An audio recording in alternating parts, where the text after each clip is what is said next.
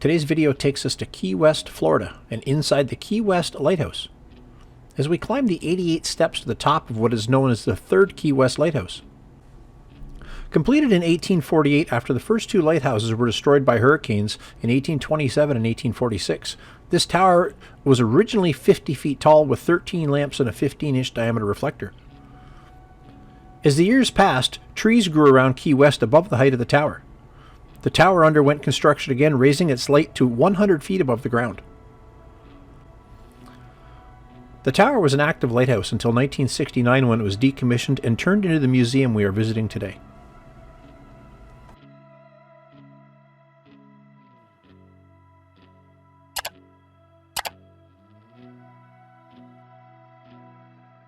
The signage up in the observation deck said the light was visible for over 20 miles in any direction.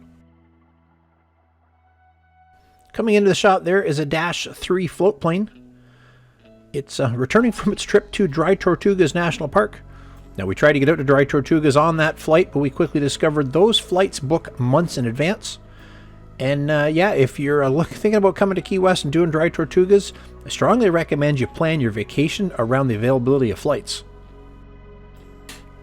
Now, as the camera pans over and down, you will see the Lightkeeper's House Museum. Now, that is not the original house for the Lightkeeper. That was torn down, and this one was built in 1972, shortly after the lighthouse was decommissioned. Looking up here at the light lens itself, the original light used oil, where the Lightkeeper would carry oil up the 88 steps each day to fill the oil tanks up on top. Later, the lighthouse was converted to burn acetylene gas, which was sent via a compressed line up the inside of the staircase.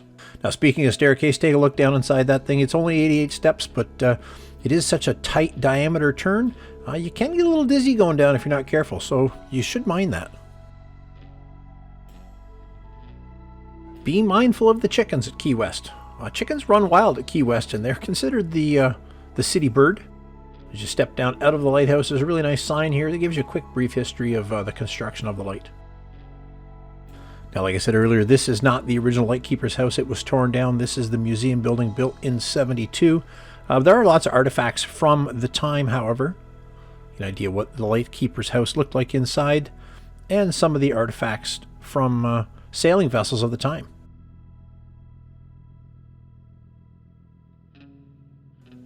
On the one wall of the museum, there's a nice light-up interactive board. It shows the locations of all the original lighthouses along the Florida Keys and the Key Shoal.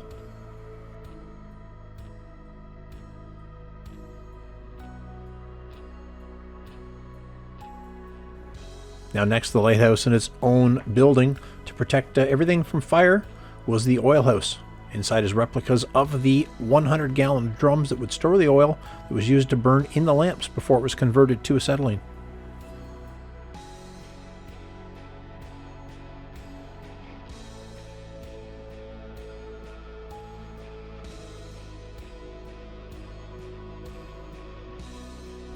In a small room attached to the gift shop is an example of one of the lenses used in the lighthouses.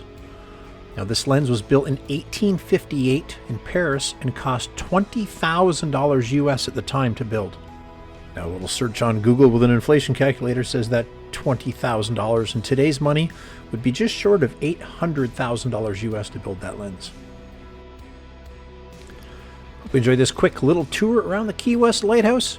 If you're ever in Key West, I do recommend you check it out. It was a pretty interesting place to spend an hour or so touring around. Until next time, thanks for watching.